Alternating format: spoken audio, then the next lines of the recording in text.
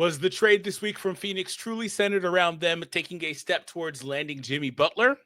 Well, people around the league think otherwise could also be the case. We're going to talk all about that here today. I hope you guys enjoy. Make sure you subscribe because 80% of viewers aren't subscribed to the Basketball Bulletin. So make sure that you guys are joining the 20% that is. Now, let me add some context to this. I personally believe, I'm not buying what we're going to read here in a second from Mark Stein in terms of like what he's hearing, but I do truly believe this was a step towards, like we've been hearing throughout today, big trade where, there could be a lot of teams, 4 or 5 teams I've heard, a lot of different players. Levine, potentially, we'll talk about that a little bit. Beal, potentially going to Milwaukee. Like, there could be a really big deal in the works here. In fact, there's so much smoke now that I would actually be disappointed if we don't see this happen because I think this will be really fun to kind of break down. But what am I talking about? Well, last night, Mark Stein put out an article where he's elaborating on all of the latest as it pertains to Jimmy Butler in the trade saga. And he talks all about how Jimmy is back wearing the Suns colorways on his shoes, apparently. Oh, Jimmy never changed with the trolling. But he says here, there was an undeniable vibe in Miami after the Suns trade went down that Butler has taken a notable step nearer to the Phoenix trade that the whole league knows he wants. One source close to the process expressed the belief that a real pathway to the desert is starting to materialize for Butler. However, sources with knowledge of the Suns' thinking insisted to the Stein line that Phoenix made its Tuesday trade with Utah without a specific follow-up move lined up. So what that means or implies is that people are telling Mark Stein that no.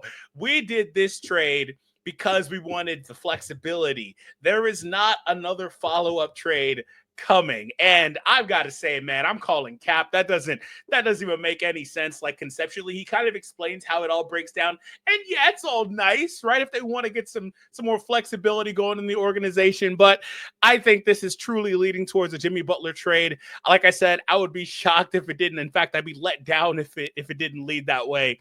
But before we proceed, make sure that you guys do check out our sponsor, Prize Picks. You guys can get $50 off when you play your first game with Prize Picks using the code Bulletin. Link down below in the description as well. I think it's 50 off your first 5.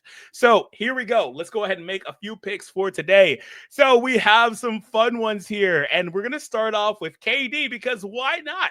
20.5 points. That's an easy one. He's obviously going to blow the Nets out of the water today. So really excited about that.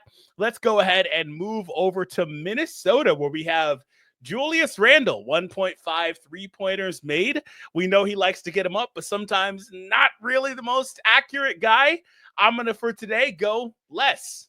That being said, maybe he's going to just prove me wrong. You know what's a safer bet, actually? Let's go 12.5 rebounds. We'll go 12.5 rebounds. I got to go look at his percentages this year. He's historically like a 34 or so percent guy. Maybe he's shooting 40% and I'm off. But I'll go up more on the points and rebounds there. And last but not least, we are going to pick, we'll pick Walker Kessler. 8.5 points is kind of right around the average. They're really good at choosing these.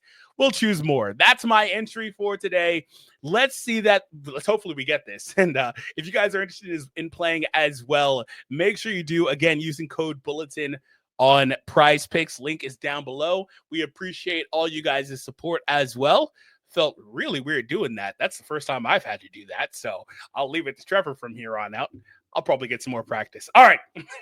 So moving on. So by the way, Trevor's been a workhorse today. Like Trevor gets up early and records a bunch of videos. And I'm like, dude, I'm not ready yet. He's all over the net. I don't know anybody that works as hard as Trevor. So kudos to him. Sources with knowledge of the Suns say that was not made with a deal lined up. Another crucial data point, a separate source told the sideline that the Suns, as of Tuesday night, had still not presented any trade scenarios for Bradley Beal to consider and tell them if he would be willing to waive his no trade clause. It's so crazy that Bradley Beal is the determining factor for any trade because he's one of 2 players in the entire NBA that actually has a legitimate no trade clause. Him and LeBron, of course, if you're wondering, which I guess it makes sense. One is LeBron. on. But like Bradley Beal, what the hell's going on here? He absolutely got every single thing possible that he could from Washington when he got this deal.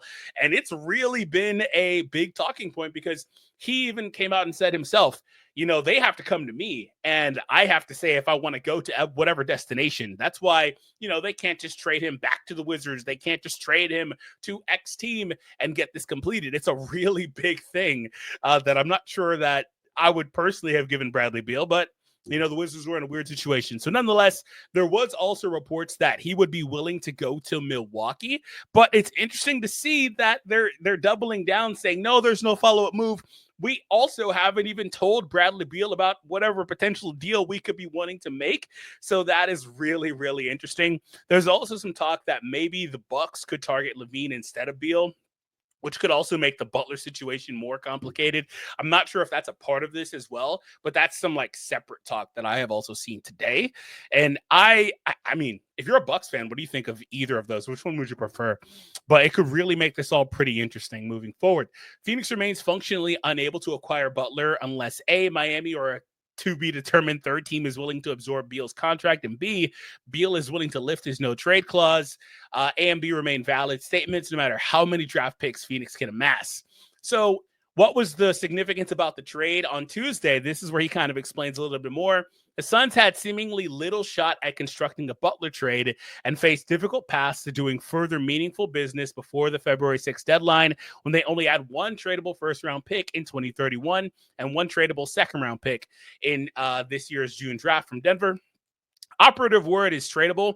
I know a lot of times when you hear that these teams only have one or two first-round picks or whatever the case is, they actually have other picks that these teams can use as selections. It's just they're not tradable. If you can't have you can only trade picks every other year, basically.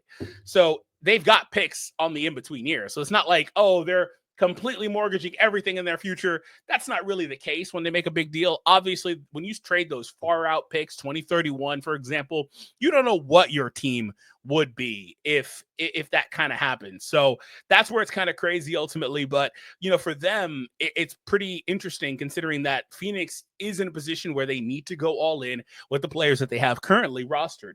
The trade they struck with the Jazz was undeniably costly, but the Suns decided they had to do it to increase their optionality. So they agreed to send their 2031 first rounder with no protections, which is insane. They got back those 3 picks that are probably going to be bad picks, but it gives them more flexibility because those, as you see, are 2025, 27, 29. That'll open up the trades for the picks in between years, which gives them more flexibility if they need to add capital to Bradley Beal or whatever trade that they wind up potentially making.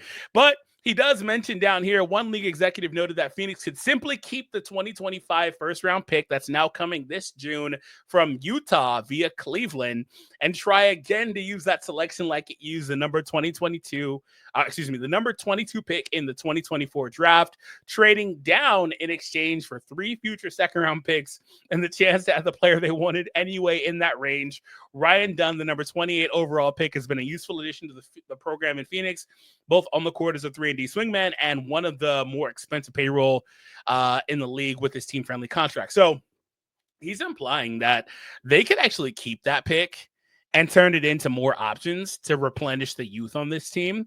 And that is absolutely something that they could do. I just don't know if that's the route that they would go down, because I think that what it is, they need to go all in on this team as it currently is, in my opinion, because you've already got 1.5 feet through the door already. Might as well put that other one down, right? You probably got 5 feet through the door, but you really already are right there. You kind of should. The team, it needs help. They've already gone in with the trade for Nick Richards up thus far. They've been heavily rumored to get Jimmy Butler. Is Jimmy Butler the piece that they need to take it up a level and be in contention? I'm not so sure. I think he could obviously be that if they get the right matchups. Everything works great. Playoff Jimmy's a thing, of course. We saw a report similar to this for the Lakers earlier, and there was a part of it where they said that the Lakers, LeBron and AD specifically, believe that aside from the top 3 teams in the league, the league's kind of open. And I'm sure most teams kind of feel that way. And Phoenix, I'm pretty sure, also feels that way. The tricky thing with saying this will be their path is while they could potentially add somebody that's useful to the team going forward, like Ryan Dunn, I think that if they are going in, they have to capitalize on the now. And Ryan Dunn's been awesome. He's been a great addition to them, shooting better than I would have expected. So that's great. That's perfect. But I just don't know if that's really realistic for this team. Let's see, though, by the time the NBA trade deadline is over, maybe having 3 first-round picks will be enough for Phoenix to concoct a multi-team trade construction that could bring Butler to the desert and incentivize a third team to say that it's willing to take on the nearly $111 million left on Beal's contract after the season. The Suns' previous lack of draft picks was frequently cited by various league personnel as a roadblock to landing Butler, since most teams are in agreement that Phoenix will need draft capital as a sweetener to convince any team to sign off on adding Beal before we get them no trade part of the equation. Yeah, that's kind of crazy. They're going to have to attach like 1, maybe 2, maybe 2 and a protected. Like they're going to have to give up. I wouldn't be surprised if they had to give up all those first they just got, just because there's $111 million left on the deal. Bradley Beal's got the no trade, and then whatever team that gets Bradley Beal in this will have to. Well, okay, let me say this. It's rumored that the team that wants him is Milwaukee. Whatever team gets him will have to deal with the ramifications of a no trade clause again. It doesn't just go away, as Trevor said often. Whatever team he goes to, they'll still have to consult with him if they want to trade him or move off him or whatever. They'll have to consult him and get his approval for it. Insane how that works, right? But with that being the case, would Milwaukee be, they would be sending out some stuff. They would probably not be the ones getting back much assets, right? It's kind of weird because wouldn't Milwaukee also want an asset back for having to deal with the roadblock, the issue, the headache of that? Like they're kind of talking about how, Phoenix will need draft capital as a sweetener to convince any team to sign off on adding Beal before we get to the no trade part. Like that's 2 separate things. Like just to add him and then before you even get to the no trade part of it. Like that's a lot because the money itself versus production. I think Beal's a solid player, definitely underrated, but then the no trade is a whole other beast, right? The Suns know they likely need draft capital to attach to Jusuf Nurkic as well. That's another element to this and why it was so crucial for them to be able to create the extra openings in first round picks that they have, because they needed an option to trade off Nurkic, who is apparently just, I don't know if he's been playing recently, but last I saw, he was their 3rd or 4th string center at this point behind Iguodala. And then Nick Richards, of course, was balling. I saw he had a couple good games, or a good game at least. And yeah, he's out of favor. They want to get rid of him. He's got that $18 million deal. I believe he has another year, on that deal as well. So they would need capital to attach to Nurkic just to get off of him. So that's why it was so massive for them to make this. Previously, Phoenix had already surrendered some future first-round pick swaps to Memphis to generate some extra second rounds. But this type of swap, sending a one-way a way down the line future asset for 3 lesser value first is far less common in the NBA. Yeah, he's saying that because who knows what the hell this team will be in 2031. I mean, Beal could be gone. KD is definitely going to be gone. I actually think KD, LeBron, Steph, Harden, like all these guys are going to be out the league within the next 3 years, I think, personally. Maybe 4 at the most, but 2031, who knows what the heck is going on in Phoenix? Jimmy will be gone. Like, who knows? So it's going to be kind of crazy, right? You don't necessarily know what you're giving up. And you probably, if you're steeped in a rebuild, you're probably giving up a lottery, like not even lottery pick, but like a high lottery pick.